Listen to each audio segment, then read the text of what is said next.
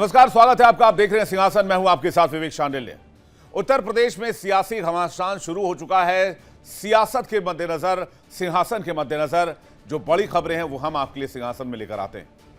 खेल हो या सियासत, अगर आप अपने होमवर्क के साथ विपक्षी खेमे की खामियों की पहचान नहीं कर पाते हैं तो आपकी हार निश्चित है। कुछ ऐसा ही हाल इंडी ब्लॉक का दिख रहा है, और वो भी तब जब मुकाबला योगी जैसे धुरंधर से हो। 2027 के विधानसभा चुनाव के पहले सीएम योगी की तैयारी धुआंधार है। सीएम योगी आदित्यनाथ ने हिंदुत्व के एजेंडे पर पूरी तरीके से काम करना शुरू कर दिया है। उनको उनका टारगेट पता है, उनका एजेंडा पता है। हिंदुत्व की हार्डलाइन, माफियाओं की घेराबंदी, अवैध निर्माण पर बुलडोजर एक्शन, क्राइम के खिलाफ जीरो टॉलरेंस के साथ यूपी को 1 ट्रिलियन की इकोनॉमी बनाने के संकल्प के साथ योगी आगे बढ़ रहे हैं। जाहिर है, मिशन हैट्रिक के लिए योगी ने पिच पूरी तरीके से तैयार कर ली है। लेकिन दूसरी तरफ सामने है इंडी ब्लॉक। इंडी ब्लॉक की हालत यह है कि उन्होंने बैठक की तारीख 8 जून तो तय कर ली है, लेकिन इस मीटिंग का मजमून क्या है यह किसी को नहीं पता है। और मजमून तो छोड़ ही दीजिए, बैठक से पहले इंडी ब्लॉक में घमासान ही तेज हो गया है। एक तरफ हार पर हार होती जा रही है, लेकिन हार के सही कारणों की तलाश करने के बजाय ब्लॉक में शामिल एक दल दूसरे दल के ऊपर आरोप प्रत्यारोप लगा रहे हैं, एक दूसरे को आंखें दिखा रहे हैं, एक दूसरे की टांग खींच रहे हैं। अब बंगाल को ही ले लीजिए, उसके बाद उत्तर प्रदेश पर भी आ जाएंगे, उसके बाद बैठक पर भी आ जाएंगे। चुनाव से पहले ममता दीदी को इंडी ब्लॉक की कोई परवाह नहीं थी, ना ही उन्होंने इंडिया अलायंस की जितने भी पार्टी मेंबर हैं उनसे बात करनी भी जरूरी समझी, क्योंकि ममता बनर्जी इस बात को लेकर आश्वस्त थीं कि पश्चिम बंगाल में उनके किले को चुनौती नहीं दी जा सकती है, और वो एक तरह से अजेय हैं पश्चिम बंगाल की राजनीति में। लेकिन कहते हैं वक्त और हालात हर किसी के लिए एक जैसे नहीं होते। बंगाल में हालात बदल गए, करारी मात मिली, तो अब ममता बनर्जी इंडी ब्लॉक को मजबूत करना चाहती हैं। लेकिन उससे पहले उनकी खुद की पार्टी का बंटाधार हो रहा है। 2/3 से ज्यादा विधायक टूटकर अलग गुट बना चुके हैं। यहां तक कि पार्टी के सिंबल और पार्टी के नाम पर भी दावा ठोक चुके हैं। टीएमसी के सांसद भी ममता दीदी का हाथ झटकने की तैयारी में है। मतलब अपनी पार्टी तो ममता बनर्जी संभाल नहीं पाई, लेकिन वो इंडी अलायंस को मजबूत करना चाहती हैं। इंडी ब्लॉक जिसकी दरार दिन ब दिन चौड़ी होती दिख रही है। अब खबर यह है कि 8 जून को इंडी गठबंधन की एक बहुत अहम बैठक होने वाली है। बैठक में 15 दलों के नेताओं के शामिल होने की बात कही जा रही है। यानी बैठक में 15 दल हिस्सा लेंगे, ऐसा दावा किया जा रहा है। लेकिन क्या वाकई हकीकत में यह संभव है? जमीनी आधार पर देखा जाए तो बैठक में कांग्रेस नेता राहुल गांधी शामिल होंगे, टीएमसी से ममता बनर्जी, अभिषेक बनर्जी बैठक में रहेंगे, समाजवादी पार्टी के अखिलेश यादव भी आएंगे, नेशनल कॉन्फ्रेंस ने भी बैठक में शामिल होने का ऐलान किया है। तो दावा तो यह कि इंडिया ब्लॉक पूरी तरीके से एकजुट है। लेकिन क्या एकजुट है? बंगाल में आपने देख लिया, तमिलनाडु केरल की कहानी उससे ज्यादा दिलचस्प है। तमिलनाडु में कांग्रेस ने डीएम के साथ मिलकर चुनाव लड़ा, लेकिन राज्य में इस अलायंस को करारी हार मिली और पहली बार सियासत के मैदान में उतरे थलपति विजय ने इन्हें चारुखाने चित कर दिया। लेकिन कांग्रेस को देखिए, रिजल्ट आने के बाद कांग्रेस ने गठबंधन की तिलांजलि देने में देर नहीं की और विजय थलपति के साथ फौरन हाथ मिला लिया। कांग्रेस के इस फैसले ने स्वाभाविक रूप से डीएमके को बेहद नाराज कर दिया है। डीएमके ने कांग्रेस पर पीठ में छुरा भोंकने का आरोप लगाया और अब 8 जून को होने वाली मीटिंग में शामिल नहीं होने का फैसला भी कर लिया है। The party high command has issued a clarification, a letter, a statement that we will not participate in the meeting of the India bloc on the 8th because we don't want to be in a place where Congress is. They are backstabbers who refuted the mandate, rebuked the mandate of the elections for the sake of 2 ministries. They went ahead and joined the TVK and they became MLAs because of the sweat and toil of the DMK cadres, DMK workers, and being there with them will be undermining the sacrifice, the work of the ordinary man from the DMK party, and that is why we have chosen not to participate. Uttar Pradesh में चुनाव की तारीख धीरे धीरे करीब आ रही है। एक तरफ बाबा तैयार दिख रहे हैं, दूसरी तरफ विपक्ष में दरार की बात कही जा रही है। 2027 के चुनाव को लेकर योगी ने एजेंडा सेट कर दिया है। हार्ड हिंदुत्व और क्राइम पर जीरो टॉलरेंस की नीति एक बार फिर से वो दिखा रहे हैं। उत्तर प्रदेश में माफियाओं पर नकेल, उत्तर प्रदेश का संकल्प, योगी के हथियार, विकास की पिच पर योगी का हैट्रिक प्लान तैयार हो चुका है। बैठक से पहले इंडी गठबंधन में जबरदस्त घमासान है। डीएमके ने कांग्रेस पर धोखे का आरोप लगाया है, जिसे अभी हमने आपको सुनवा भी दिया, और इसी के साथ बहिष्कार किया है मीटिंग का। सीपीएम ने कांग्रेस नेताओं के बयान पर खड़ी आपत्ति जताई है। राज्यसभा चुनाव में उम्मीदवारी को लेकर झारखंड मुक्ति मोर्चा भी नाराज है। बात केरल की करें तो कांग्रेस और लेफ्ट यहां मुख्य प्रतिद्वंद्वी थे, लेकिन यहां कांग्रेस ने लेफ्ट को करारी मार दी। जाहिर है दोनों दलों में तल्खियां बढ़नी ही थी। इंडी ब्लॉक की बैठक से पहले यह तल्खी और बढ़ गई, जब सीपीएम ने कांग्रेस पर तीखा हमला किया और कहा कि विधानसभा चुनाव के दौरान कांग्रेस ने सीपीएम पर बीजेपी के साथ डील के जो आरोप लगाए थे वो गठबंधन की मूल भावना के खिलाफ है। महासचिव एमए बेबी ने कांग्रेस अध्यक्ष मल्लिकार्जुन खड़गे को खत लिखकर इस मुद्दे पर स्पष्टीकरण की मांग कर दी है। साथ ही इस खत की कई कॉपियां गठबंधन के अन्य सहयोगी दलों को भी भेजी गई है। बेबी ने खत में राहुल, प्रियंका गांधी और मल्लिकार्जुन खड़गे के बयान पर ऐतराज जताया है। उन्होंने कहा कि केरल विधानसभा चुनाव अभियान के दौरान कांग्रेस ने बार बार यह प्रचार किया कि सीपीएम और बीजेपी के बीच राजनीतिक समझौता है और तत्कालीन मुख्यमंत्री पिनराई विजयन और प्रधानमंत्री नरेंद्र मोदी के बीच खास डील है। सीपीएम की इस नाराजगी पर कांग्रेस नेताओं का कहना है कि अब केरल में चुनाव खत्म हो चुके हैं और लेफ्ट को अपने विवेक का इस्तेमाल करते हुए यह फैसला करना चाहिए कि उसे बीजेपी के साथ रहना या फिर कांग्रेस के साथ। मतलब यहां भी क्लियर कट कलेश साफ दिख रहा है। केरला के अंदर हमारा और लेफ्ट पार्टीज का आमने सामने का मुकाबला था। इलेक्शन ख़त्म हो गया है। लेफ्ट को विजडम का इस्तेमाल करना चाहिए, उन्हें फैसला करना चाहिए कि वो कांग्रेस के साथ खड़े हैं कि भारतीय जनता पार्टी के साथ खड़े हैं। आज सवाल इन मुद्दों को उठाने का नहीं है, आज सवाल देश और देश के संविधान को बचाने का है। मुझे यकीन है कि सीपीएम और डीएमके इन बातों पर विचार करेगी।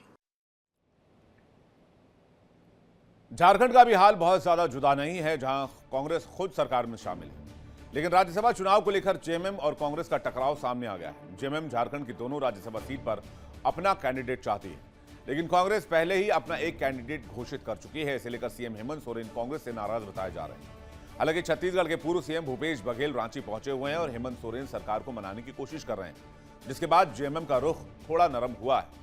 पार्टी के सांसद महुआ माझी का कहना है कि ये छोटे छोटे मतभेद हैं, लेकिन हम बीजेपी के खिलाफ एकजुट हैं। ऐसा नहीं है, हर राज्य के चुनाव में सब पार्टियां लड़ती हैं। वहां पर राज्य के स्तर पर कई बार मतभेद होता है। सब लोग चाहते हैं कि अपने कार्यकर्ताओं के साथ रहें, कार्यकर्ता की मर्जी के खिलाफ न जाए, लेकिन जो नेशनल प्लेटफॉर्म है वहां पर इंडिया गठबंधन हमेशा एकजुट रहने की कोशिश करती है। इसके पहले भी देखा गया है। स्टेट की बात हम नहीं करेंगे। तो अभी चूंकि बहुत सारे चुनाव हुए हैं, अभी राज्यसभा का भी चुनाव है, तो कई बार इस तरह के चुनाव में टिकट को लेकर आपस में बातचीत होती है, कुछ मन मुटाव होता है, कुछ असंतुष्टि होती है, फिर सब कुछ ठीक हो जाता है। तो हम बहुत आशान्वित हैं कि हमारे गठबंधन में कोई पेच नहीं रहेगा और सब कुछ पहले जैसा ही रहेगा। भले ही कुछ समय के लिए तत्काल कभी कभी मनमुटाव थोड़ा हो सकता है या असंतोष हो सकता है, लेकिन लंबे दौर में सब लोग एक साथ हैं। इस बीच शिवसेना यूबीटी के वरिष्ठ नेता संजय राउत ने गठबंधन में किसी भी तरह की फूट या बिखराव के दावों से इनकार किया है। राउत ने कहा कि भले ही टीएमके ने इस बैठक से दूरी बना ली हो, लेकिन विपक्ष को तमिलनाडु में टीवीके के रूप में एक मजबूत वैकल्पिक मित्र मिल गया है। राउत साहब बड़ी बड़ी बातें कर रहे हैं, लेकिन उनकी पार्टी के सुप्रीमो उद्धव ठाकरे ही इस बैठक में भाग नहीं ले रहे हैं। ऐसे है कि हम जाने की पूरी तैयारी हमने की थी 7 तारीख की, लेकिन अब 8 तारीख को मीटिंग है, तो थोड़ा हमारा पॉलिटिकल पार्टी का एक बहुत बड़ा कल इम्पोर्टेंट मीटिंग और रहे है। तो हमने ये रिक्वेस्ट किया है कांग्रेस के नेताओं से या कोऑर्डिनेटर से कि उद्धव ठाकरे की पार्टी चीफ ऑफ शिवसेना ये वीडियो कॉन्फ्रेंसिंग द्वारा इस मीटिंग में शामिल होंगे, लेकिन हम तन मन से हमारा विचार पूरी तरह से इंडिया ब्लॉक के साथ है। इंडिया ब्लॉक मजबूती से, एकता से देश में खड़ा रहना चाहिए। वहीं आम आदमी पार्टी ने भी इंडिया अलायंस से दूरी बना ली है। ऐसे में बीजेपी और उसके सहयोगी दल कह रहे हैं कि वास्तव में इंडी गठबंधन का अब कोई वजूद रह गया है या इसमें शामिल दल घोर अवसरवादी हैं। ऐसे में इनके बस में नहीं है कि वो उत्तर प्रदेश में आने वाले चुनाव में सीएम योगी आदित्यनाथ का मुकाबला कर पाए। इंडी अलायंस में एक और झटका, एक और दरार। ये इंडी अलायंस में कोई मिशन विशन नहीं, केवल डिवीजन है। और डिवीजन हमने देखा है, डीएमके वर्सेस कांग्रेस हो गया, फिर जेएमएम और कांग्रेस के बीच में राज्यसभा सीट को लेकर झगड़ा चल रहा है। एनसीपी शरद पवार भी शायद स्किप कर रही है इंडी अलायंस मीट। और अब बचा था तो लेफ्ट पार्टीज ने भी कांग्रेस को आईना दिखाया है कि भाई हमें राहुल गांधी के क्लैरिफिकेशन दीजिए कि वो हमारे पे आरोप जो लगाते थे उसके बारे में आपको क्या कहना है। इसका मतलब ये है कि इंडिया अलायंस कागज छोड़कर कहीं पर भी रियलिटी में नहीं है। अभी जो चुनाव हुए उसमें भी बंगाल में, केरलम में कहाँ था इंडिया अलायंस। कांग्रेस हर इंडिया अलायंस के मेंबर को जिस प्रकार से ट्रीट करती है, यूज एंड थ्रो करती है, इससे इंडिया अलायंस के नेता कांग्रेस के खिलाफ लगातार बोल रहे हैं। इंडिया अलायंस कहीं नहीं है। 75 साल कांग्रेस रही है देश में। ये सारे दल जो है गठबंधन के, वो सब कांग्रेस के विरोध में खड़ा थे। अब आज मर रहे हैं सब, तो बचने के लिए सब एक हो रहे हैं। दल तो दिखते हैं, दिल उनका एक दूसरे का प्यासा है। आज के दिन कांग्रेस की नीतियों के खिलाफ में सारी पार्टियां बनी हैं। तो अगर कांग्रेस की नीति सही होती तो लीड तो कांग्रेस कर रही है ना, तो उसके मतलब उस नीतियों के समर्थन में पार्टी जाएंगी तो स्वतः माना जाएगा कि आपने उस नीति का समर्थन किया, आप किसी काम लायक नहीं हो। तो इसलिए ये बटुए जोगी मठ उजाड़ है। यानी एक बात तो साफ है कि कई बार मुंह की खाने के बाद भी इंडिया अलायंस में शामिल पार्टी के अपने अपने एजेंडे रहे हैं। लोकसभा चुनाव में कांग्रेस आम आदमी पार्टी ने दिल्ली में गठबंधन किया, लेकिन विधानसभा चुनाव में एक दूसरे के खिलाफ खड़े हो गए, जी जान से लड़े, क्योंकि आम आदमी पार्टी को पता था कि दिल्ली में उनका आधार मजबूत है और उन्हें यहां कांग्रेस से मदद नहीं चाहिए। यही हाल हरियाणा में हुआ। हरियाणा में कांग्रेस पार्टी को लगा कि वो बहुत मजबूत है, उन्हें आम आदमी पार्टी की जरूरत नहीं है। नतीजा सबके सामने था। पंजाब में भी यही स्थिति, केरल में भी यही स्थिति, बंगाल में भी अपनी कहानी आपने देखी। यानी हर जगह अवसर के अनुसार इंडी अलायंस में शामिल पार्टियां चुनाव लड़ती रही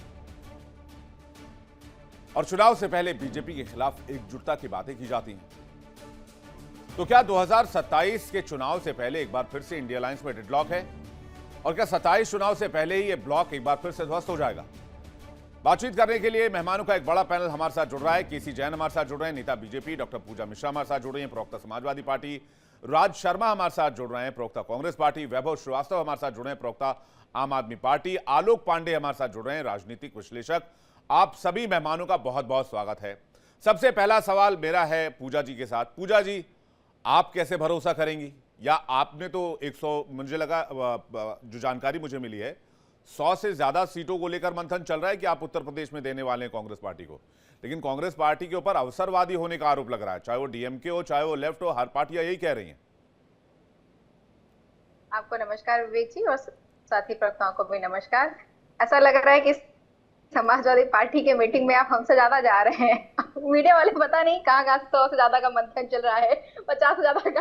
हमें अभी तक जानकारी नहीं हो पाई कि 50 दे रहे, 100 दे रहे कि 150 दे रहे हैं। देखिए विवेक जी, 50 देंगे, 100 देंगे, 150 देंगे, इंडिया गठबंधन का जब अलायंस होगा और जब चुनाव में सीटें का बंटवारा होगा, वो प्रॉपर हमारे राष्ट्रीय अध्यक्ष जी तो मीडिया को फेस करते हैं ना, कॉन्फ्रेंस करते हैं, सवाल लेते हैं, तो उसमें जो है सवाल का जवाब देते हुए आपको ये जानकारी भी दे दी जाएगी। और आपने कहा कि हम जो है भरोसा कैसे करेंगे, हम भरोसा करते तभी तो इंटैक्ट है, वरना जो है अलग अलग दिशाओं में जा रहे थे। वैसे भी सारी पार्टियां अलग अलग विचारधारा की है, मुद्दे अलाइन कर रहे हैं, इसीलिए इंडिया गठबंधन में है। और जब तक मुद्दे साथ रहेंगे हम इंडिया गठबंधन में रहेंगे, आगामी चुनाव भी इंडिया गठबंधन में रह करके लड़ेंगे। आपने कहा कि ये डीएमके हो गई, डीएमके प्रश्न उठा रही है कांग्रेस के ऊपर में। होता है, जब आपका जो है परिवार बड़ा होता है तो कहीं ना कहीं थोड़ी बहुत ग्रीवेंसेस भी होती हैं और वो ग्रीवेंसेस को शॉर्ट आउट भी किया जाता है। और ये कहना कि नहीं अब ये अलग जा रहे वो अलग जा रहे, विवेक जी थोड़ी बहुत हो सकता है कि मनमुटाव होंगे, कुछ अपने जो है तर्क होंगे जिसको एक्नोलॉज होता है कि सही तरीके से इंडिया गठबंधन के लीडर्स नहीं कर पा रहे होंगे, इसलिए तो मीटिंग हो रही है, इसलिए मीटिंग भी होगी, उनके जो ग्रीवेंसेस है कई सारे कांग्रेस लीडर्स ये भी चाहते हैं कि आप वो गठबंधन में चुनाव ना लड़े, कांग्रेस अपनी ताकत पे अपने बलबूते पर चुनाव लड़े, वो आपके भरोसे ना रहें। अब ये मत कहिएगा मैं कांग्रेस की बैठकों में भी जाता हूं। नहीं, वो वहां जाने की जरूरत नहीं, थोड़ा सा डिसिप्लिन की कमी है कांग्रेस के नेताओं में। वो जो है आकर के सड़क पे चिल्ला करके कह देते हैं कि ये कांग्रेस की थोड़ी सी ड्रॉबैक तो है कि कांग्रेस अपने जो है सांसद हो, विधायक हो। मैं कहती हूँ कि अगर आपका कोई जो है छोटा मोटा नेता कहता हो तो समझ में आता है, पर अगर आपके सांसद विधायक आपके पार्टी के गाइडलाइन से थोड़ा सा इतर बातें करते हैं तो आपको डिसिप्लिन करने की जरूरत है। कि जब प्रदेश के उत्तर प्रदेश की बात होगी तो वहां पे अजय राय जी अपने वक्तव्य को रखेंगे, और राष्ट्रीय अध्यक्ष आपके मल्लिकार्जुन खड़गे जी रखेंगे, राहुल गांधी जी रखेंगे, जो आपके सीनियर लीडर्स हैं वो गठबंधन में या चुनाव लड़ने की वार्ता को रखेंगे। जब तक कि आप गठबंधन में हैं तब तक ये ऐसे आपके नेता हैं जो बड़ बोलेपन में कांग्रेस को नुकसान करते हैं, क्योंकि कांग्रेस के साथ में समाजवादी पार्टी और अदर पार्टीज का भी गठबंधन है, इंडिया ब्लॉक का गठबंधन है। उनको भी कहीं ना कहीं ये जैसे आपने सवाल पूछा वो सवाल झेलने पड़ जाते हैं। तो थोड़ी सी डिसिप्लिन की जरूरत है, और समाजवादी पार्टी ने कांग्रेस को कई बार कहा हुआ है कि ये डिसिप्लिन बहुत जरूरी है ताकि इस तरीके की बातें निकल के ना आए। बाकी जो भी डिसीजन लेना होगा ना तो जो है जो उनके विधायक कहीं किसी को मिलने जा रहे हैं वो लेंगे, ना ही जो ऐसे कुछ नेता होते हैं अपने क्षेत्र में दिखाने के लिए, अपना दबदबा दिखाने के चक्कर में कांग्रेस को नुकसान कर देते हैं।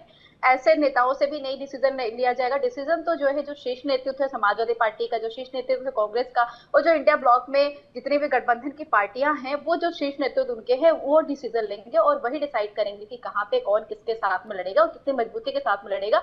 वर्तमान समय में इंडिया गठबंधन उत्तर प्रदेश के 403 सीटों पे बड़ी मजबूती के साथ में तैयारी कर रहा है और समाजवादी पार्टी बड़ी मजबूती के साथ में तैयारी कर रही है। अब बात यह है पूजा जी, आपकी बात ठीक है भाई, हम अपने रणनीति के हिसाब से चुनाव लड़ेंगे, लेकिन चुनाव से पहले ये विपक्ष बिखरता क्यों है?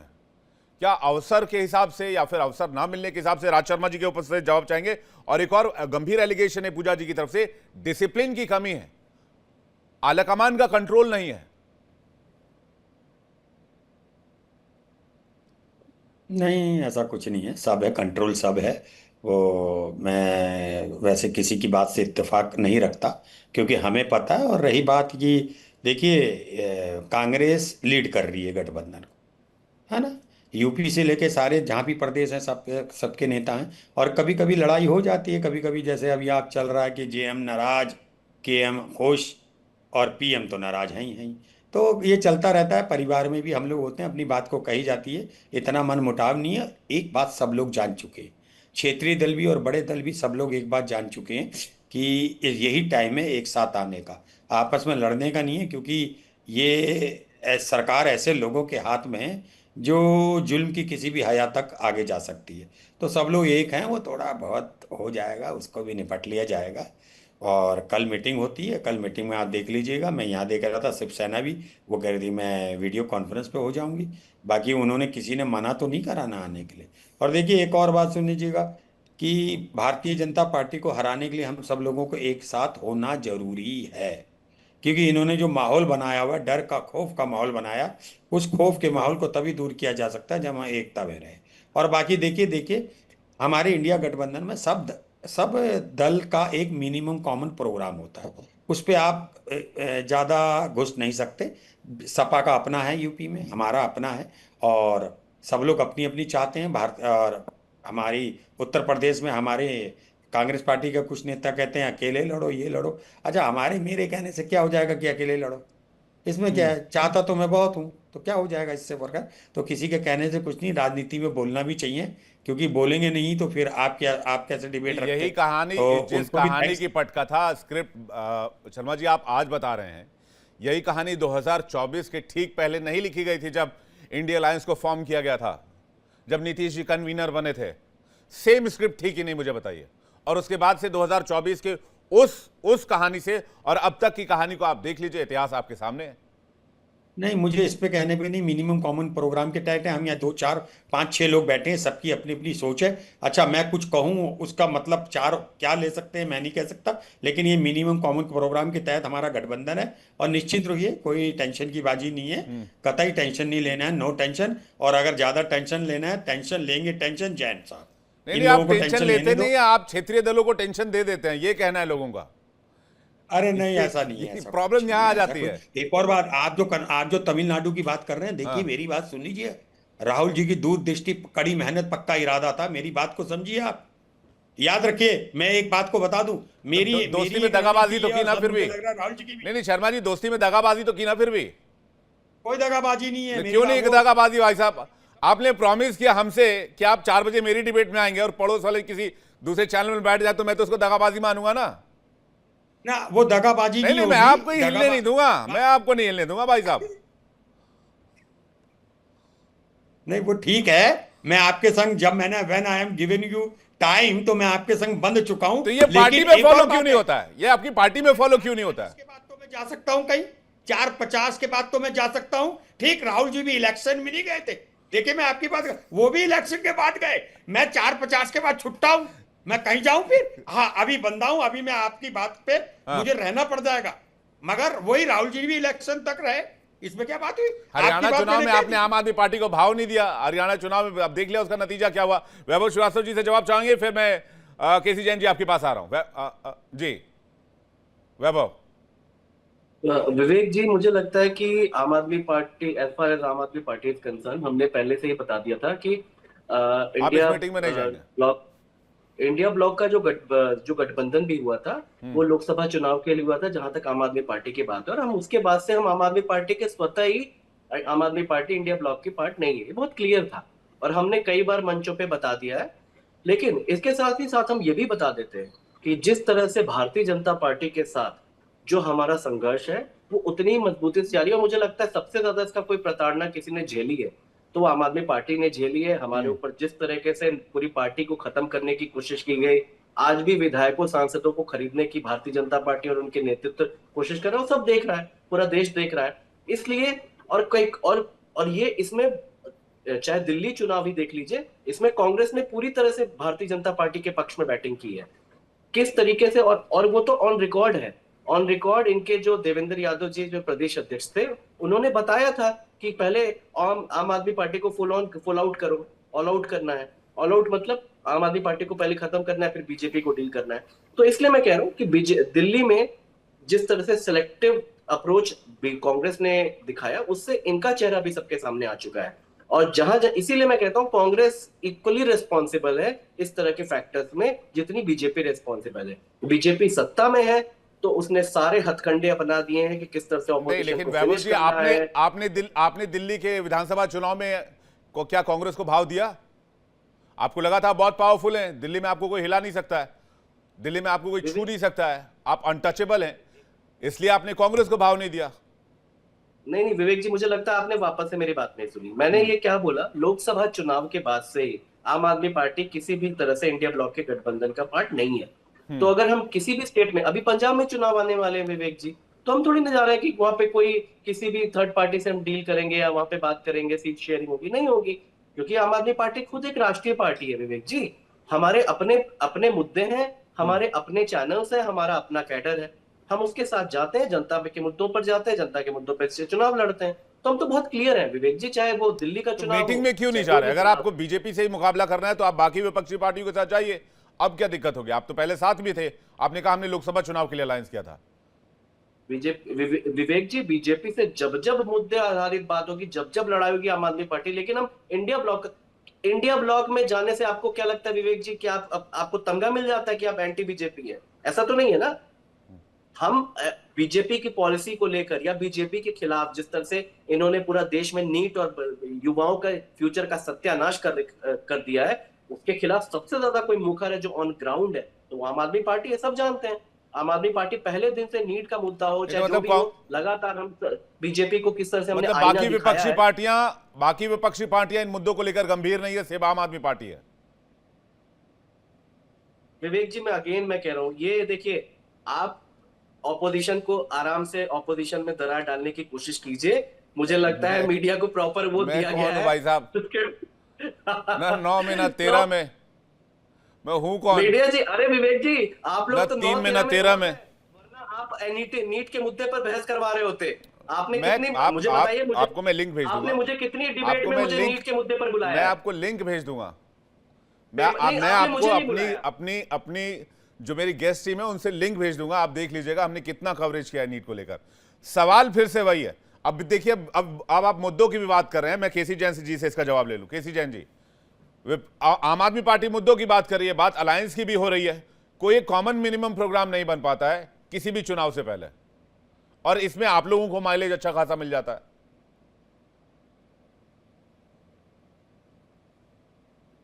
जैसा आपकी आवाज नहीं आ रही, माइक चेक कीजिएगा प्लीज। Thank you.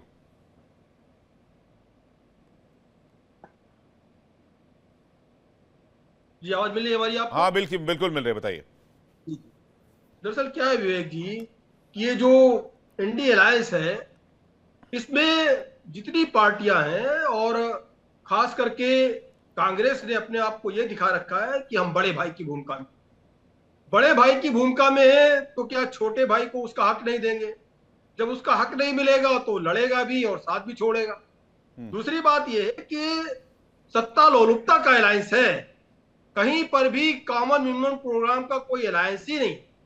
अभी देखिए जो आम आदमी पार्टी के साथी हमारे मित्र बैठे हुए हैं, उन्होंने क्या कहा कि भाई कांग्रेस पार्टी दिल्ली में भारतीय जनता पार्टी का साथ दे रही, तो जो पार्टी भारतीय जनता पार्टी का साथ दे करके आम आदमी पार्टी को मिटाने के लिए, खत्म करने के लिए काम करती हो, क्या आम आदमी पार्टी को उस पार्टी के साथ रहना चाहिए क्या? आपने ये नीतीश कुमार और नायडू जी से क्यों करा संपर्क? आपने किस कारण के लिए किया? सरकार बनाने के लिए या गुल्ली डंडा खेलने के लिए? हरा रही है। चाहे आप ये देखिए वेस्ट बंगाल में ममता जी को कांग्रेस पार्टी ने हराने का काम किया वहां पर, और इसी तरीके से अभी देखिए चाहे सीपीएम हो, चाहे जो है टीएमके हो, डीएमके हो, आप देखिए सारी की सारी जितने इनके अलायंस थे सब धीरे धीरे इनसे छुटकारा पाना चाहते दूर हो रहे। क्यों? क्योंकि कांग्रेस पार्टी बड़े भाई बड़े भाई बड़े भाई बता करके ना दूसरे का हक ले रही। केवल जब उत्तर प्रदेश में 2017 में कांग्रेस के साथ अलायंस हुआ था समाजवादी पार्टी का, समाजवादी पार्टी भाभी मत बनो, जान साहब भाभी मत बनो। और जब मध्य प्रदेश का चुनाव सारे हुआ, देवरों को निकम्मा बता दो, मध्य प्रदेश में केवल 5 सीटें मांगी समाजवादी पार्टी ने, तब इन्होंने ठेंगा दिखा दिया। लेकिन फिर भी समाजवादी पार्टी ने लोकसभा में इनका साथ दिया, लोकसभा में इनकी सीटें बढ़ी। लेकिन उसके बाद में भी लोकसभा में सीटें बढ़ने के बाद में भी इन्होंने क्या किया? धोखा दिया। किसको? आम आदमी पार्टी को। धोखा किसको दिया? डीएमके को दिया। धोखा किसको दिया? ममता बनर्जी को दिया, टीएमसी को। तो जब लगातार कांग्रेस पार्टी केवल और केवल दूसरे का हक बांटने का काम कर रही है, केवल अपनी बढ़त बढ़ाने की कोशिश कर रही है और प्रदेशों से क्षेत्रीय पार्टियों की राजनीति को बिल्कुल सिरे से खत्म कर रही है, ऐसी पार्टी के साथ कौन अलायंस रखना चाहेगा? और आप देखिए अभी जो बात हो रही है कि भाई हमारा अलायंस लोकसभा के लिए था, ये तो कहना मजबूरी है। मजबूरी इसलिए है कि लोकसभा विधानसभा चुनाव में आपके सामने कांग्रेस किस तरीके से सामने आके लड़ती है और किस तरीके से मुंह की खानी पड़ती है, चाहे दिल्ली का चुनाव रहा हो, चाहे वेस्ट बंगाल का रहा हो, यानी प्रदेशों का चुनाव रहा हो। अब देखिए झारखंड मुक्त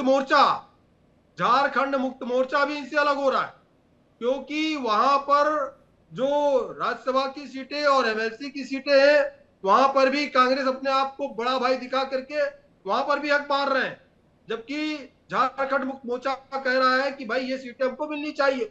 वहां पर भी कहीं पर भी कोई अलायंस नहीं बन रहा है। तो जिस अलायंस के दम पर ये सोच रहे थे कि हम 2029 का चुनाव भाजपा के सामने लड़ेंगे, कहीं पर भी दूर दूर तक कांग्रेस दिखाई नहीं दे रही। और रही बात प्रदेश चुनावों की, प्रदेश में केवल ये कहते रहेंगे हम साथ में, आप भाभी बन गई हो। जब चुनाव आएगा तो क्षेत्रीय पार्टियों को ये भाभी बन गई है, की कसम खा रखी है घर में राहुल गांधी मत बनो ना, सब देवरों को निकम्मा बता दो। क्षेत्रीय पार्टियां उनको खत्म करेंगे। आप सिर्फ साथ में है तो क्यों लड़े? जो है वेस्ट बंगाल में ममता जी को क्यों खत्म कर दिया? और उसके बाद रिजल्ट आपके ऊपर आरोप लगा रहे हैं कि भाई आप क्षेत्रीय दलों को खत्म कर रहे हैं। मैं जल्दी से पांडे जी से एक जवाब ले लूं, फिर मैं पूजा मिश्रा जी आपके पास आ रहा हूं। आलोक पांडे जी, देखिए अब भाजपा और कांग्रेस दोनों भाई राष्ट्रीय दल हैं और दोनों राष्ट्रीय दलों से क्षेत्रीय दलों को खतरा है। भाई मुलायम सिंह जी के उदाहरण को याद करते हैं, उन्होंने कहा भाई सबको एकदम कांग्रेस को क्या कहा था मुलायम सिंह जी ने, तो भाई कांग्रेस से तो क्षेत्रीय दलों को भी अलर्ट रहना चाहिए और भाजपा से भी अलर्ट रहना चाहिए। भाजपा भी खत्म कर देती है, आरोप भी लगता है। तो भाई कांग्रेस और जो भारतीय जनता पार्टी है बड़े राष्ट्रीय दल है, अब रुपया को खींचता है। तब इधर बड़ा रुपया है, कांग्रेस 1885 में बनी थी, वो भी 100 साल की हो गई। बीजेपी भी इस समय 20 से अधिक राज्यों पे एनडीए में है, केंद्र में सरकार में है, ताकतवर पार्टी है। क्षेत्रीय दलों को तो अपना अस्तित्व बचाना मुश्किल है, किसी भी गठबंधन पर चाहे चाहे इधर जाए चाहे उधर जाए, कटना क्षेत्रीय दलों को है। तो क्षेत्रीय दलों को समझना है कि किसके साथ रहने में फायदा है, या फिर एक चौथा मोर्चा बनाए जो केवल क्षेत्रीय दलों के साथ हो। वो क्षेत्रीय दल आपस में मिले और उसके बाद वो फिर कांग्रेस और भारतीय जनता पार्टी दोनों से लड़े, तो ही भारत में क्षेत्रीय दलों का अस्तित्व बचेगा। वरना जिस तरह से क्षेत्रीय दल खत्म हो रहे हैं, फिर भारत दो पार्टी सिस्टम की तरफ जा रहा है। एक तरफ जैन साहब की पार्टी होगी, एक तरफ जो है हमारे राजभाई की पार्टी होगी, बीच में हम होंगे, तो अच्छा संदेश जाएगा। हालांकि मैं क्षेत्रीय दलों का बहुत समर्थक नहीं रहा। कांग्रेस कितनी भी बुरी हो तो भी राष्ट्रवाद के नाम पे अच्छी हो जाएगी, भारतीय जनता पार्टी कितनी भी अच्छी हो बुरी हो, वो दोनों दल एक मिनिमम लिमिट को क्रॉस नहीं करते। लेकिन क्षेत्रीय दलों को मैं मानता हूं वो राष्ट्रवाद के मुद्दे पर मिनिमम लेवल को भी क्रॉस कर जाते हैं। मैं क्षेत्रीय दलों का कभी समर्थक नहीं रहा, लेकिन फिर भी अगर क्षेत्रीय दल इस देश में सर्वाइव करना चाहते हैं तो उनको दोनों दलों से थोड़ी सी दूरी बनाकर रखनी होगी।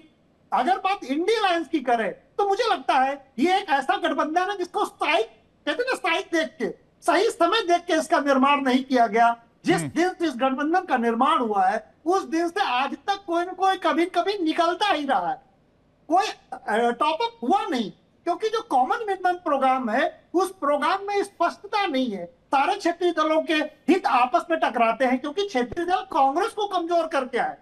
अब अगर कांग्रेस उस गठबंधन में होगी, कांग्रेस स्वयं सर्वाइव करने की कोशिश करेगी तो क्षेत्रीय दलों का ही पहले वोट खींचेगी। तो जो वोट बैंक की राजनीति है उसमें जो क्षेत्रीय दल है और जो कांग्रेस एक राष्ट्रीय दल है, उनमें उन दोनों का जो वोट है वो एक ही, तो इनमें से एक मजबूत होगा, एक कमजोर होगा। इसलिए शायद इस गठबंधन में यही एक सबसे बड़ी कमी है कि सबका वोट बैंक कॉमन है और कोई एक दूसरे पर भरोसा नहीं करता। क्षेत्रीय दल ना तो कांग्रेस में भरोसा करते हैं। तमिलनाडु को उदाहरण मैं इसलिए दूंगा, लेकिन समाजवादी पार्टी का भरोसा तो कांग्रेस के ऊपर हमेशा से कायम रहा है, और समाजवादी पार्टी ने, माननीय अखिलेश जी ने हर बार मौका दिया है कांग्रेस पार्टी को उत्तर प्रदेश में, और इनफैक्ट रिजल्ट मनचाहा नहीं होने के बावजूद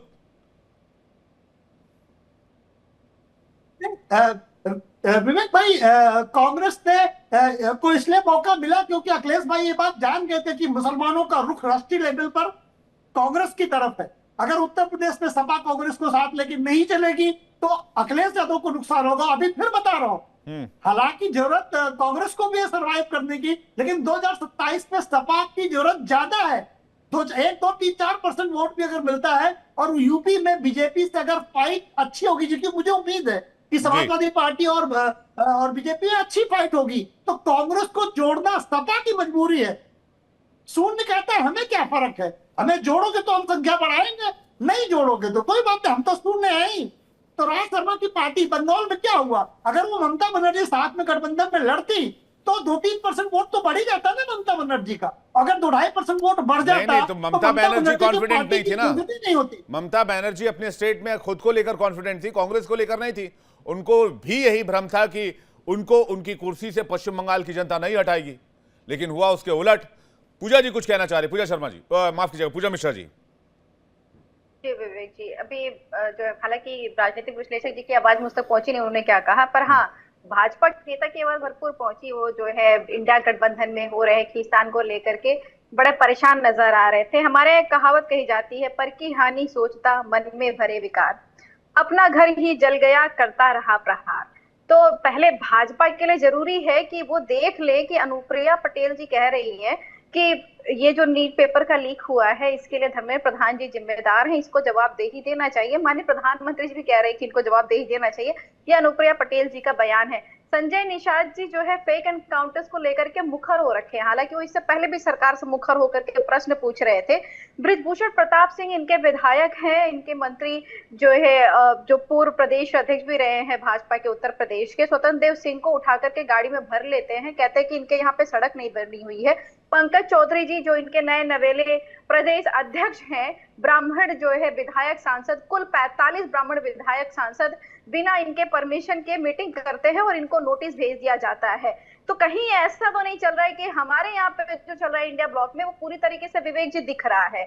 हमें पता है कि यहाँ पे ग्रीवेंसेस आ रही हैं, किसकी क्या परेशानियां आ रही हैं, हम उसको एक्नोलॉज कर रहे हैं। और भाजपा के अंदर जो चल रहा है ये तो उसको वो क्या कहते हैं ना कि नहीं चल ही नहीं रहा है, उसको इग्नोर कर रहे हैं। ये इसको इग्नोरेंस का इनको खामियाजा भुगतना पड़ेगा। ये भूल जा रहे हैं कि प्रतिभा शुक्ला हो जिनको 30 घंटे प्रोटेस्ट करना पड़ा हुआ था, चाहे जो है इनके विधायक हो जिसको लाइनमैन तक कहता है कि भैया अगर तुमको जो है लगवाना है ना ट्रांसफार्मर तो खुद लगवा लो, हमारे पास फोन ना करो, हम पे अधिकार नहीं रखते हो। जो इनके खुद के अलायंस अभी उठा करके इनसे प्रश्न पूछ रहे हैं, इनके जो सांसद है विधायक है इन्हीं से प्रश्न पूछ रहे हैं, वो इसीलिए पूछ रहे हैं क्योंकि 2027 के चुनाव में जाना है। उनके अपने ग्रीवेंसेस, इनको लगता है कि नए नवेले पंकज चौधरी आकर के खुद पटेलों की मीटिंग करेंगे अकेले पटेल संस्था में जा करके, और ब्राह्मण विधायकों के 45 लोग जो वहां पे रहते हैं उनको नोटिस भेजेंगे और वो जो है इस पे कोई रिएक्शन ही नहीं करेंगे। तो पहले अपना घर देखिए, उसके बाद में दूसरे मतलब आप ये कह रहे कि आप ये कह रहे कि बीजेपी के अंदर खाने कुछ ठीक नहीं चल रहा है?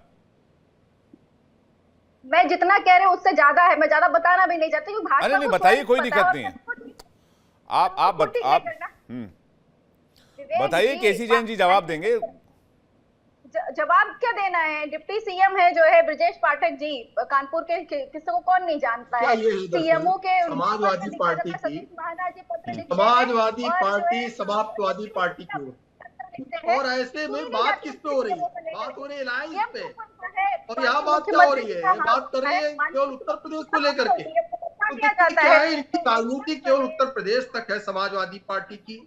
ये न तो कांग्रेस को टक्कर देने की कंडीशन में है, न भाजपा को टक्कर देने की कंडीशन में है। भाजपा का संगठन विस्तार करना है और उस मीटिंग की जानकारी माननीय मुख्यमंत्री योगी आदित्यनाथ जी को नहीं होती है। तो जब इनके जितने गाड़ी के पहिए हैं, राजभर जी को इन्होंने अपमानित किया और क्या कहा भाई राजभर जी का कोई सम्मान नहीं है। फिर क्या हुआ? राजभर जी तो मंत्री बन गए। और आपने क्या कहा भाई मनोज पांडे छोड़ के पार्टी गए, मनोज पांडे को कुछ नहीं मिलने वहां पर, मनोज पांडे भी मंत्री बन गए। मंत्री भी जितने घटक दल है उनको पता मुद्दा कहाँ पे है, उनको पता ग्रीवेंसेस कहाँ पे है। आपके यहाँ पे आपके अंदर काने जो कलेश चल रहा है उसकी भेंट कर जाती है उत्तर प्रदेश की जनता, क्योंकि उत्तर प्रदेश चुनाव केंद्रित करना चाहिए। हर एक अपराधी पे जो कार्रवाई होती है उसकी जांच ढूंढ के बताने का काम करता है। अपराधी पे कार्रवाई ठीक है, एक एक करके आपका सवाल आ गया पूजा जी, मैं जवाब ले लेता हूं। मैं जवाब लेता हूं केसी जैन साहब से। केसी जैन साहब कह रहे हैं इंडिया ब्लॉक की तो बाद में चिंता कीजिएगा, पहले उत्तर प्रदेश में जो हालात बीजेपी के अंदर है उसकी चिंता बीजेपी को करनी चाहिए। क्या इसमें क्या सच्चाई है? देखिए क्या है विवेक जी, कि समाजवादी पार्टी समाप्तवादी पार्टी की ओर है, उसका कोई आधार बचा नहीं। और देखिए जिसका ये गुणगान कर रहे थे समाजवादी पार्टी के लोग, अरे हम लोकसभा में पड़ गए, लोकसभा में बढ़ गए, लोकसभा में तो जीते सीटें जो है ममता जी की भी ज्यादा थी। हुआ क्या असर हुआ? क्या असर हुआ ममता जी का? हम 2 से 77 पे पहुंचे, 77 से फिर 207 पे पहुंचे। और रही उत्तर प्रदेश में जिस प्रकार से भारतीय जनता पार्टी की सरकार काम कर रही, दरअसल क्या है कि इनके जितने गुंडे माफिया थे समाजवादी पार्टी, वो धीरे धीरे करके या तो अंदर चले गए, प्रदेश छोड़ के चले गए, जो बच्चे उन पे कार्रवाई हुई। अब इनके अंदर तिलमिलाहट है। ये क्या करते हैं समाजवादी पार्टी के मुखिया केवल एक काम करते हैं, अरे वो कौन जाति का करेंगे, मुख्यमंत्री को पता नहीं, सतीश महाना पत्र लिखेंगे, मुख्यमंत्री नहीं सुनेंगे, ब्रजेश पाठक पत्र लिखेंगे। जाति बताओ उसकी कौन सी जाति? अरे वो तो कहार था, वो तो लोधी था, वो तो यादव था, वो तो मुस्लिम था, वो तो पंडित था, वो तो ठाकुर था। केवल इनका इतना काम बचा है, अपराधी की जाति पता करो, जाति पे मुहर लगाओ और जाति का कार्ड खेलो, बताओ फला जाति का था, इसका इंतकाल करो। प्रेस कॉन्फ्रेंस करते हैं और सरकार के ऊपर में लांच लगाते, सरकार के करप्शन को उजागर करते हैं। तो आप चिंताजनक नहीं तो ये आपको बधाई हो। अगर इसको तो गिरफ्तार कर सकते थे, गिरफ्तार क्यों नहीं किया? उसके ऊपर मुकदमा चलाते, उस जमानत क्यों नहीं हुई? और देखिए क्या है कि समाजवादी पार्टी, अरे सुन लीजिए, आपका भाषण हो गया हो तो सुन लीजिए, लगातार बोलेगी ऐसे नहीं होता है, इनको चुप कराइए। ठीक है, एक एक करके पूजा मिश्रा जी वापस लौट रहा हूँ आपके पास, एक बार बात पूरी जाए। जैन साहब शर्मा जी कुछ कहना चाह रहे हैं। शर्मा जी मैं सुन रहा था, अब ये लगातार सिर्फ बोल नहीं, धारा प्रवाह लगता है इनका मंच समाज। मतलब आप ये कह रहे हैं आप लोगों की तैयारी पुख्ता है ना, वो कह रही है आप लोगों की तैयारी कहीं अधर में ना लटक जाए। क्या है कि इनके अंदर दुख इस बात का है कि मनोज पांडे जैसे लोग आज हमारे साथ पे आ गए। अब कहते हैं अरे ब्राह्मण ब्राह्मण ब्राह्मण के साथ अत्याचार हो रहा है।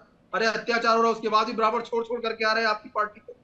काहे छोड़ करके आ रहे हैं जी? ठीक है, इस पर और इनका केसी शर्मा जी कुछ कहना चाह रहे हैं। शर्मा जी कुछ कहना चाह शर्मा जी, राज शर्मा जी कुछ कहना चाह रहे। राज शर्मा जी, हाँ। बीजेपी, मैं पहली बात तो ये कहना चाहता हूं जैन साहब से, मुझे सिर्फ इतना बता दो, क्या उत्तर प्रदेश के मुख्यमंत्री पूरे मुख्यमंत्री हैं? दूसरी बात, अमा डर तो आप रखो, जिस दिन शुभेंदु का मन फिर हो गया, जिस दिन विश्व शर्मा का मन तब हो गया, सरकार ही गिर जाएगी आपकी। और जो आप कांग्रेस युक्त हो, जिस दिन मन हुआ खटाक खटाक खटाक मामला पतन। अरे सिल्ले, आप लोग अब कॉकरोच का जन्म नहीं होगा, अब आप लोग का कबर बिच्छू का जन्म होगा। कॉकरोच आपको कबर बिच्छू बनाएगा। ये घबराई सरकार मक्कार सरकार है। आप लोग जैन साहब, आपको कहां संज्ञ समझती है ये सरकार? एक जैन बताओ, अरे एक जैन मंत्री बताओ, क्या समझती है आपको? क्या समझती है आपका मन? लो, अमित शाह जी की नहीं पड़ती है, मोदी और अमित शाह की नहीं पड़ती है, राजनाथ सिंह और अमित शाह की नहीं पड़ती है। अंदर की बात शर्मा जी भाषा देखिए, भाषा बता रहा हूं, ये भाषा शर्मा जी भाषा मत देखिए। लोग घरों में टेलीविजन देखते हैं, ऐसा मत कीजिए। पूजा मिश्रा जी भी यहाँ पर बैठी हुई हैं, ये एक नेशनल चैनल है। शर्मा जी, भाषा मर्यादित होनी चाहिए, इस तरह की भाषा का इस्तेमाल ना करें कृपया, निवेदन है। भाई इनकी नहीं पटती, वो मैं कह रहा हूं, इनके नेता लाल मिर्च का हवन करा अच्छा, रहे हैं। पटती इनकी बनती नहीं, आप ऐसा बोल रहे हैं? और फिर ठीक है, हाँ नहीं फिर ठीक है, इनकी आपस में नहीं बनती है। हाँ, और एक दूसरे के लिए लाल मिर्च का हवन कराते हैं। प्रूफ दे दूंगा सांडलिया साहब, व्हाट्सएप मैसेज भेज दूंगा। जैन साहब, अच्छा एक बात बता दो, एक बात बताओ, क्या उप मुख्यमंत्री ब्रजेश पाठक को सिवाय गनर के क्या मिलता है? अच्छा, क्या मिलता है? केशव मौर्य को क्या मिलता है? अच्छा, योगी जी की इतनी हिम्मत जो पाठक जी के 25 जिलों में चल दे? क्या पाठक जी की इतनी हिम्मत जो योगी जी के उसमें चल जाए? बताओ, इनके पास कुछ बचा नहीं है। एक बार जैन साहब, कभी सच भी सुन लिया करो। ये बताओ, ब्रजेश पाठक उप मुख्यमंत्री को बस गनर मिल गया, स्कॉट मिल गई, खुश, वो जा सकते हैं योगी जी के 25 जिलों में? केशव मौर्य जा सकते हैं? बोलो, योगी जी जा सकते हैं? याद रखना, ये जो कांग्रेस युक्त सरकार चला रहे हो, वह मन की बात है। ये जो मन की बात कह रहे ना, जिस दिन हमारे गए हुए नेता का मन जाग गया, धड़ाम, डैमेज, खत्म, और आपका जमा, आप लोगों का जना कबर बिच्छू, कुछ नहीं होने वाला इससे। आलोक पांडे जी कुछ कहना चाह रहे हैं? आलोक पांडे जी, बच्चों को मार रहे हो। आलोक पांडे जी। नहीं, बिल्कुल राज भाई, ये बात तो सही है, लेकिन ये ना हो कि थोड़े से और निकल रहे आपकी पार्टी से, तो जो एक आधी राज्यों में सरकार है आपकी, कहीं ऐसा ना हो कि कर्नाटक तो सरकारी वकील है आलोक पांडे जी, इनको तो सरकार फीस दे रही है। ये वही बोलेंगे जो सरकार फीस दे रही है, हम तो फीस दे नहीं रहे। और आज गलत बोले, आपको सरकारी वकील से हटाना मेरा सबसे परम धर्म होगा। बस राज भाई, आपको जो करना हो कर लीजिए, लेकिन मैं कह रहा हूं कि आप ये बात करें कि ऐसा ना हो कि अभी कर्नाटका में खेला हो जाए। अभी देखिए बंगाल में खेला हो गया, हमारे संग खेला, हमने तमिलनाडु में खेला कर दिया ना। अगर इधर कर दिया ना, लो अंदर की बात बता रहा हूँ, आपके मध्य प्रदेश और हरियाणा में खेला होने वाला है। आपने जैसा एग्जाम्पल सेट किया राज भाई, तमिलनाडु में खेला होने वाला है। राज भाई, आपने केरला और तमिलनाडु दोनों में बहुत अच्छा एग्जाम्पल सेट किया। वकील साहब, सरकारी वकील साहब, अरे वकील साहब, अंदर की बात बता दूं, आपका नेता की सरकार गिर रही है। आप मुस्लिम लीग के साथ चुनाव लड़ रहे हो। सरकारी वकील साहब सुनते नहीं हो यार। देखिए, हेलो भाई, आपको सरकारी वकील हो, लेकिन हमें केरला वाला मैटर समझ में नहीं आता, आप मुस्लिम लीग के साथ कैसे लड़ गए?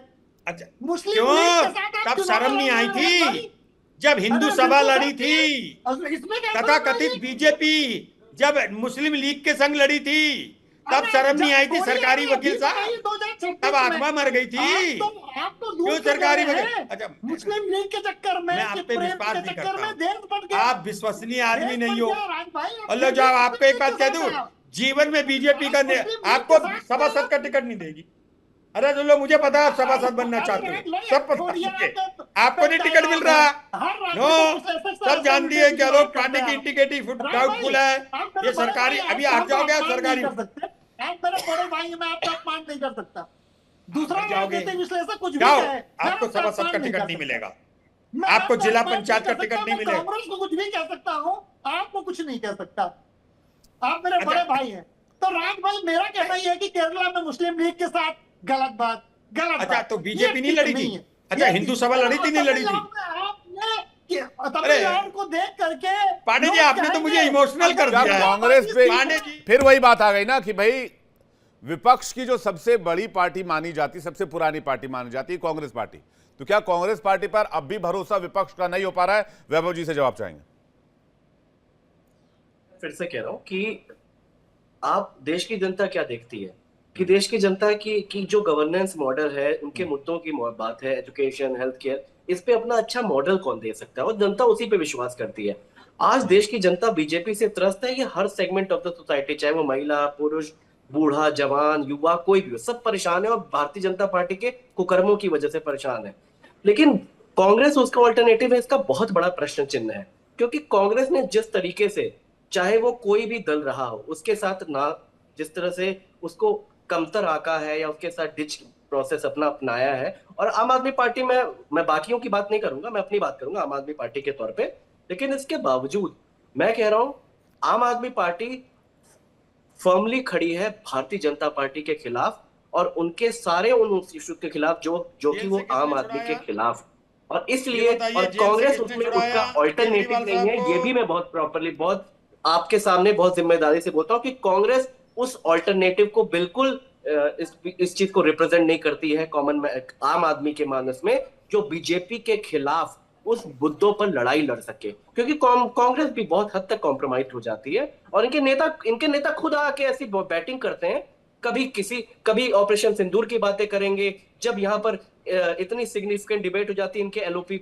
मलेशिया घूमने चलेगा, तो ये सीरियस पॉलिटिक्स कांग्रेस नहीं करती है, और ये देश की जनता भी जानती है। इसीलिए मैं कह रहा हूँ ये कुशासन के खिलाफ कम से कम कांग्रेस तो ऑल्टरनेटिव नहीं। आप सीरियस हो, आप एक के संग एक फ्री हो, सीरियस हो, हैं? देखिए, मैं बेकार कर दिया आपने गठबंधन को, बेकार की बातें करते हो। किसने छुड़ाया केजरीवाल साहब को जेल से बाहर? एक मिनट वैभव भाई, एक तो जब मुझे जवाब दो, सीरियस डिबेट करें ना, आप जब सीरियस डिबेट आप ये बताओ, तो जेल कम से से कम छुड़ाया तथ्यों किसने? को सही लेकर आया करें, तथ्यों को सही लेकर आया करें, फालतू बकवास करने से आपके कुछ नहीं होगा। आप बैठ के शेयर बकवास कर रहे हैं, यहाँ बैठ के, यहाँ पे पॉइंट्स पे बात करिए ना। मैं तो आपके साथ पॉइंट बोल रहा हूँ। आपके दिल्ली के प्रदेश अध्यक्ष ने ये बात बोली थी कि नहीं, कि आम आदमी पार्टी को फिनिश करना है, बीजेपी को सपोर्ट करना है, ये बोली थी कि नहीं? एक जवाब दे दीजिए, खाली एक जवाब दे दीजिए। आपके दिल्ली के प्रदेश अध्यक्ष आपने ये बकवास शब्द कैसे यूज किया, पहले बताएं। आपने बकवास शब्द कैसे यूज किया? क्योंकि आप कह रहे हैं, क्योंकि आप कह रहे हैं। अरे आपके कहने से थोड़ी ना मैं बोलूंगा। आपने बकवास शब्द क्यों यूज किया? ये पढ़े लिखों की बात होती है। आपने अरविंद केजरीवाल को, या आप इतने सीरियस क्यों? मैं तो पर्सनल अटैक नहीं कर रहा हूँ। अरे खत्म हो गई यार, मैंने पर्सनल देखिए, कांग्रेस और बीजेपी वाले 2013 से खत्म जेल देख लेना आप। आम आदमी पार्टी को जमानत टूटेगी, आप लोग खत्म कर रहे हैं। आपकी दोनों की पार्टियों की ये बात है। 2013 में 14 में अमित शाह ने क्या हुआ कि आम आदमी पंजाब संभालो, पंजाब। अरे बाबू, हम संभाल रहे हैं, हम संभाल रहे हैं। हमको कैसे संभालना है? पंजाब संभाल लो। अरे आपने अभी इंटरव्यू नहीं सुना मान साहब का? आपसे नहीं चाहिए हमें, अरे सुन लो, हमें पता है हमें कैसे एक गनर नहीं मिलेगा। हमें पता है कि हमें देश में हमें किस तरह से लोगों के मुद्दे लेकर जाना है। जो गनर लिए घूम रहे पंजाब के। पार्टी एक सीरियस पॉलिटिक्स करने पे विश्वास करती है, लोगों के जुड़े हुए मुद्दे उठाने क्या विपक्ष 2027 के चुनाव के लिए एक पेज पर आ पाएगा? ये अभी भी यक्ष प्रश्न है, और इस डिबेट से एक बार फिर से साबित होता है। और 2029 की रूपरेखा क्या तैयार की जा पाएगी 2027 के इलेक्शन के मद्देनजर? ये भी बहुत बड़ा प्रश्न चिन्ह है, ये भी देखने वाली बात होगी। आप मेहमानों का बहुत शुक्रिया हमारे साथ जुड़ने के लिए और अपना कीमती वक्त देने के लिए बहुत बहुत धन्यवाद। दर्शकों आपका भी बहुत बहुत शुक्रिया हमारे साथ जुड़ने के लिए। वक्त एक ब्रेक का है, फौरन लौट रहे हैं। देखते रहिए इंडिया डेली 24/7।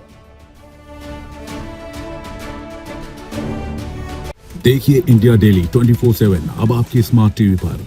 इंडिया डेली मौजूद है सभी डिजिटल प्लेटफॉर्म पर लाइव और लगातार। इंडिया डेली 24/7 हर दिन राष्ट्र को समर्पित।